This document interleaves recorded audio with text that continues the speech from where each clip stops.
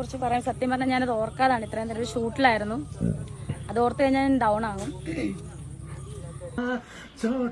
മുംബൈ നാളെ റിലീസാണല്ലോ എല്ലാരും തന്നെ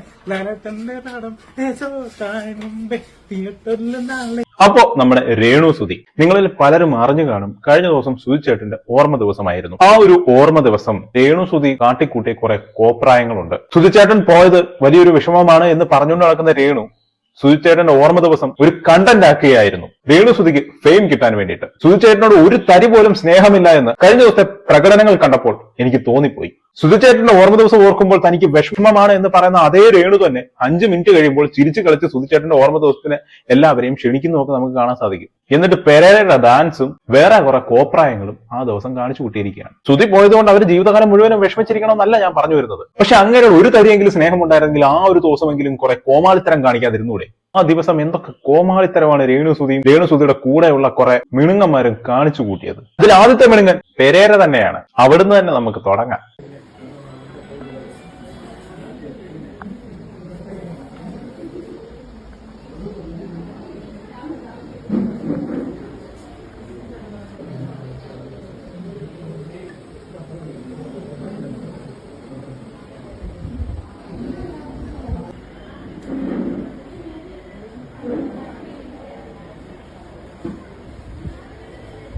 അവിടെ നിന്ന് കരയവാണെന്ന് തോന്നുന്നു പെരേര. ഈ മുണ്ണയൊക്കെ എന്തിനാണ് ആ പരിപാടിക്ക് വിളിച്ചതെന്നാണ് എനിക്ക് മനസ്സിലാവാത്തത്. കല്യാണ വീട്ടിൽ ചെന്ന് കഴിഞ്ഞാൽ കല്യാണ ചെറുക്കനാവണം, മരിച്ച വീട്ടിൽ ചെന്ന് കഴിഞ്ഞാൽ ശവമാകണം എന്ന് പറഞ്ഞുകൊണ്ട് നടക്കുന്ന തലയ്ക്ക് വെളിവില്ലാത്ത ഒരുത്തനാണ്. ഭയങ്കര വിഷമത്തിലൊക്കെ വന്നു നിന്ന് ഇവൻ ഈ കാണിക്കുന്ന കോപ്രായം കഴിഞ്ഞതിന് ശേഷം മിറ്റത്തിറങ്ങി ഡാൻസ് കളിക്കുകയാണ്. ചോട്ടാ മുംബൈയുടെ റീ റിലീസിന്റെ പ്രൊമോഷൻ നടത്തിയാണ് അവൻ ആ മിറ്റത്ത് കിടന്നുകൊണ്ട്. മുംബൈ നാളെ റിലീസാണല്ലോ എല്ലാരും തന്നെ മുംബൈ തിയേറ്ററിൽ നാളെ ജൂൺ 6 റിലീസ് അല്ലേ. അത് പോട്ടെ, ഇവന് തലയ്ക്ക് വെളിവില്ലാത്തവനാണോ നമുക്ക് കരുതാം. അതിന്റെ കൂടെ ഇവനെ കൈകൊട്ടി പ്രോത്സാഹിപ്പിക്കുകയാണ് രേണു സുധി.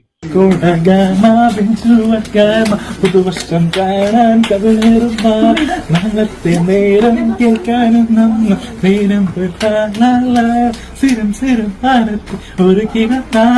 സുധിയുടെ ഓർമ്മ ദിവസം കണ്ടന്റുകൾ മാത്രം ഉണ്ടാക്കി ഫെയിം നേടാൻ ഉദ്ദേശിക്കുകയാണോ രേണു എന്ന് എനിക്ക് ഇവിടുന്നാണ് സംശയം തോന്നി തുടങ്ങിയത്. കാരണം അതിനു മുമ്പ് കരഞ്ഞ് വിളിച്ച് ഭയങ്കര വിഷമമൊക്കെ ക്യാമറ കാണുമ്പോഴത്തേക്കിന് കാണിച്ചിരിക്കുന്ന രേണു അവിടെ കിടന്ന് തുള്ളിച്ചാടുകയാണ്. ഇവർക്ക് തുള്ളിച്ചാട്ടമൊക്കെ ആകാം, പക്ഷെ ആ ഒരു ദിവസം തന്നെ വേണം. സുധി എന്ന് പറയുന്ന കലാകാരന്റെ ഓർമ്മ ദിവസമൊക്കെ വരുമ്പോൾ കുറെ മീഡിയകൾ അവിടെ വരും. അത് കുറെ ജനശ്രദ്ധ നേടുന്ന ഒരു കാര്യം തന്നെയാണ്. അതിന്റെ ഇടയ്ക്ക് ഫെയിം കിട്ടാൻ വേണ്ടിയിട്ട് ഇമാതിരി കോമാളിത്തരമൊക്കെ കാണിച്ചു കൂട്ടണം അവിടെ കിടന്ന്. നിങ്ങൾ ഈ കാണിക്കുന്ന കോമാളിത്തരമൊക്കെ കാണുമ്പോൾ സുധിച്ചേട്ടന്റെ മകൻ ഒരു ക്യാമറയ്ക്ക് പോലും മുഖം കൊടുക്കാതെ സ്വന്തം അച്ഛൻ പോയ വേദന അവന്റെ മുഖത്ത് ശരിക്കും കാണാൻ കഴിയും.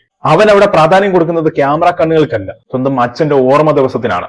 അവിടെ ഒരു കോപ്രായങ്ങളും എനിക്ക് കാണാൻ സാധിച്ചില്ല. അച്ഛൻ പോയ ഒരു മകന്റെ വിഷമമാണ് എനിക്ക് അവിടെ കാണാൻ സാധിച്ചത്. അത് വെച്ച് നോക്കുമ്പോഴാണ് രേണു സുധി ഇവിടെ കുറെ മിണുങ്ങന്മാരെ വിളിച്ച് കുറെ കോമാളിത്തരം കാണിച്ചു കൂട്ടുന്നത്.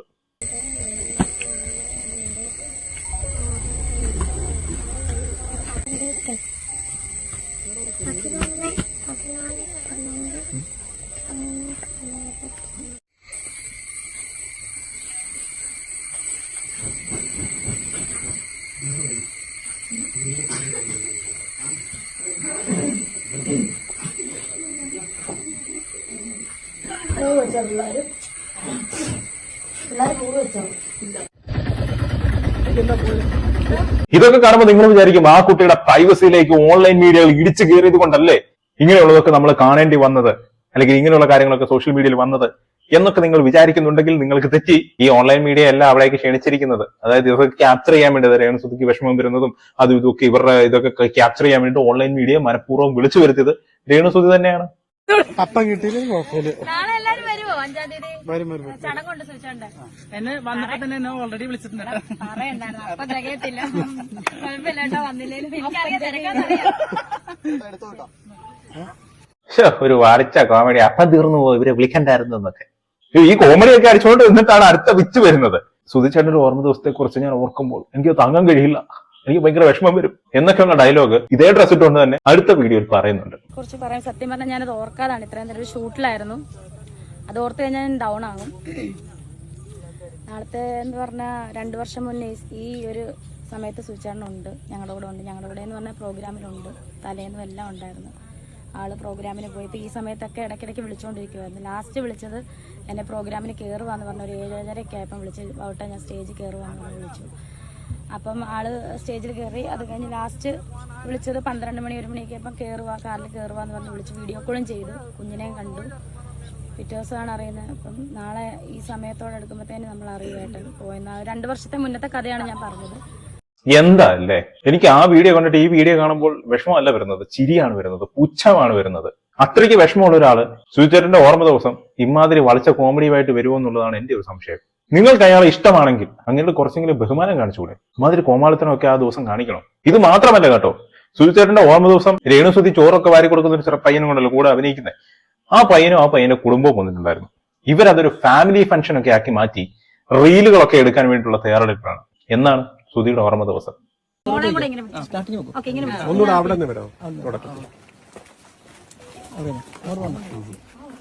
ആർട്ടിസ്റ്റുകൾക്ക് കിട്ടാത്ത ഭാഗ്യമാണ്. എന്തോ ആഘോഷമാക്കേണ്ട ദിവസമാണെന്ന് തോന്നുന്നു. അല്ലാതെ അവരുടെ കുടുംബത്തിനൊരു നഷ്ടം സംഭവിച്ചു, ആ ഒരു ദുഃഖം ഒന്ന് ഓർത്തെടുക്കുന്നു. അയാൾക്ക് വേണ്ടി അന്നത്തെ ദിവസം മാറ്റിവെക്കുന്നു. അയാളുടെ കുറച്ചെങ്കിലും ബഹുമാനം ഉണ്ടെങ്കിൽ ഇമാതിരി കോമാളിത്തരം കാണിക്കാതിരിക്കുക. ഇത് ഇവിടെ കൊണ്ട് റീലെടുപ്പൊന്നും ഇവിടെ കൊണ്ട് കഴിഞ്ഞില്ല കേട്ടോ. ഇതിനിടയ്ക്ക് വാരിക്കൊടുപ്പ്, അങ്ങോട്ട് വാരിക്കൊടുക്കുന്നു, ഇങ്ങോട്ട് വാരിക്കൊടുക്കുന്നു. ആഘോഷിക്കുകയാണ് സുധിയുടെ ഓർമ്മ ദിവസം വരുന്നത്. ചേച്ചി വാഴ്ത്തിരുന്നു ആ ലെവല് കാണുന്നത്. അത് അവൾക്ക് അറിയാം. ചേച്ചി അനിയത്തിക്ക് കൂടെ ഭാര്യ കൊടുത്തില്ല.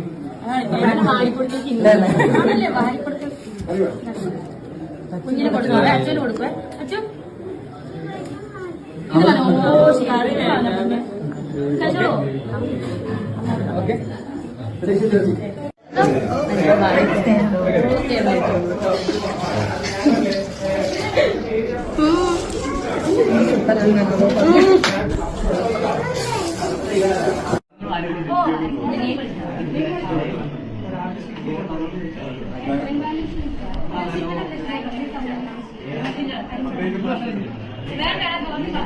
ഇവിടെ ആഘോഷിക്കണ്ട എന്ന് എനിക്കൊരിക്കലും പറയാൻ കഴിയില്ല. ഇവർ ആഘോഷിക്കണം.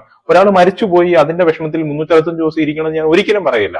പക്ഷെ അയാളുടെ ഓർമ്മ ദിവസമെങ്കിലും അയാളെ വെച്ച് കണ്ടന്റ് ആക്കാതിരുന്നൂടെ? ക്യാമറ കാണുമ്പോൾ മാത്രം വല്ലാത്ത വിഷമമൊക്കെ കൊണ്ടുവന്ന് അതും ഒരു കണ്ടന്റ് ആക്കാതിരുന്നൂടെ? എന്തായാലും ഇത്രയും നാൾ ഞാൻ രേണുസുതിയെ സപ്പോർട്ട് ചെയ്തു നിന്ന ഒരാളാണ്. പക്ഷെ ഈ ദിവസം രേണുസുതിയും രേണുസുതിയുടെ കൂടെയുള്ള കുറെ മിണുങ്ങന്മാരും കാണിച്ചു കൂട്ടിയ കോമാളിത്തരം കണ്ടിട്ട് ശരിക്കും എനിക്ക് രേണുവിനോട് ദേഷ്യമാണ് തോന്നിയത്. കാരണം സുധി എന്ന് പറഞ്ഞൊരു മനുഷ്യനോട് കുറച്ചെങ്കിലും സ്നേഹമുണ്ടായിരുന്നെങ്കിൽ, കുറച്ചെങ്കിലും ഇഷ്ടമുണ്ടായിരുന്നെങ്കിൽ, ആ മനുഷ്യനോട് കുറച്ചെങ്കിലും ബഹുമാനം ഉണ്ടായിരുന്നെങ്കിൽ ഇമാതിരി കോമാളിത്തരം ഇങ്ങനെയുള്ള ഓർമ്മ ദിവസം കാണിക്കത്തില്ലായിരുന്നു. എന്തായാലും ഈ കോമാളിത്തരമൊക്കെ കണ്ട് നിങ്ങളുടെ അഭിപ്രായം എന്താണ് ഗൈസ്? കമന്റ് ചെയ്യുക.